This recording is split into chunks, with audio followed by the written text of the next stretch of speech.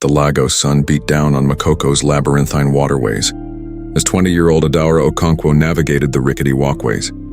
Her worn medical textbooks weighed heavy in her frayed backpack, each step echoing the relentless rhythm of survival.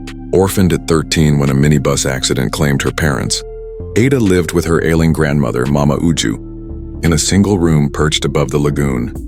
The air hummed with generators, the scent of drying fish, and the salt tang of resilience.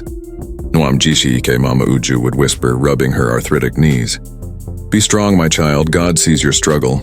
Ada clung to those words as fiercely as her dream, becoming an oncologist. Cancer had stolen her mother slowly. Ada vowed to fight it for others. Scholarships covered tuition, but survival was Ada's relentless second job, serving jollof rice at Mama Nkechi's buka by dawn, studying by rechargeable lamp late into the humid nights. One sweltering Tuesday, a flyer on the university notice board stopped her. "Save a life. Join the bone marrow registry." Months later, scrubbing pots at the buka, her cheap phone buzzed. Dr. Adebayo's voice was calm, urgent. "Miss Okonkwo, you're a near-perfect match. A man with acute myeloid leukemia. Without this transplant, he dies." Ada's world tilted. Save a life? Yes, always. But injections of filgrastim brought punishing bone pain, fatigue that blurred textbook pages, and missed shifts threatening her fragile finances. Mama Uju fretted. Kemi, her best friend, warned of the toll. "Ada, you can barely stand." Yet Ada heard her mother's phantom cough, saw the flyer child's hopeful eyes. "Never give up," she told herself. "Not on a life." At St. Jude's Hospital, sleek machines hummed where Ada lay, needles in both arms. Her blood flowed out, stem cells harvested, flowing back in. A lifeline siphoned from her aching body into a stranger's veins. For 5 grueling hours, she focused on the unknown man fighting in some sterile room. "Hold on, we fight together." An anonymous card arrived. "To my angel donor and eternal gratitude." Ada tucked it into her pathology text, a fragile ember of warmth. Then Dr. Adebayo called again.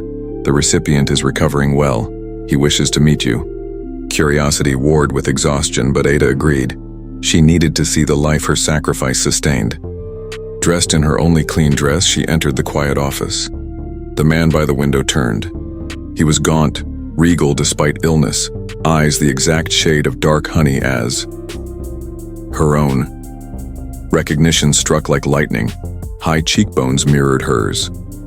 The faded photo Mama Uju kept hidden. The face of Chijioke Eze, the man who vanished before Ada was born, leaving her mother destitute and heartbroken. The father whose name Mama Uju spat like poison. The disappointment. "You..." Ada choked, the sterile air turning suffocating. Chijioke Eze, tears spilled down his ashen cheeks. "Adaora, my God, I searched for you, after your mother." His voice cracked, thick with shame. "The registry, they said Adaora Okonkwo. I prayed it wasn't." He crumpled. "My life, saved by the daughter I abandoned." White-hot rage seared through Ada. This man, this coward, whose absence meant hunger, shame, her mother's lonely struggle. His life flowed with her strength. Her sacrifice felt violated, the purity of her gift poisoned. She stumbled back, the room spinning. "You left us to starve. You let her die broken," she hissed, fleeing past a bewildered Kemi, into the chaotic Lagos streets. The moral for never give up and felt like ash. What was the point? For hours, Ada wandered, fury warring with a devastating ache. Kemi found her on a bench overlooking the polluted lagoon at dusk. "He took everything, and I saved him," Ada whispered. The injustice, a physical wound. Kemi held her. The act was still yours, Ada. Pure. Your courage. Don't let his poison taint your light. Ada remembered Mama Uju's hands, gnarled from work yet always gentle. She remembered her mother's quiet dignity in the hospital bed. Jeezy Ike. She had fought for a stranger. Could she fight for her own soul? Giving up on her compassion, her dream, her very self, that would be letting him win. Never give up. Not on herself. Not on her purpose. The rage didn't vanish, but beneath it a steely resolve hardened. Her gift belonged to her, not his legacy of shame. Weeks later, a lawyer's letter arrived. Enclosed was a note from Neka, Chijioke's wife. Adaora. Words fail.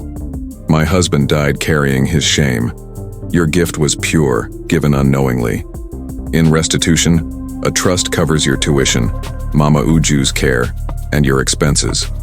Not charity, a debt owed to your mother and you. Build the future he failed to give you.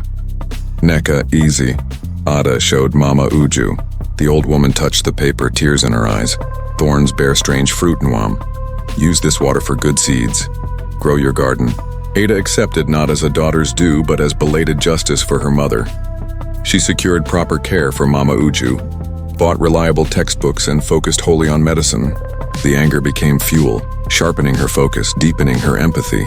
Years later, Dr. Adaora Okonkwo stood in the oncology ward of Lagos University Teaching Hospital, her white coat crisp.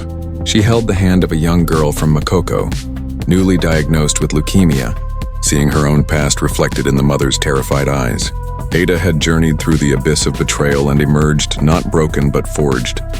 She had saved a life, discovered a devastating truth, and chosen her own path, transforming pain into purpose.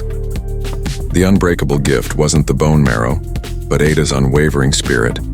She fought not just disease, but despair, a living testament to the power of resilience, proving that even when fate delivers its cruelest blows, the human spirit, armed with compassion and the refusal to surrender, can heal the world and itself. Moral: life's deepest wounds often come from unexpected places. Yet the strength to never give up, not on your dreams, your kindness, or your own worth, is the unbreakable thread that weaves devastation into triumph and pain into profound purpose. Your greatest gift is always your resilience.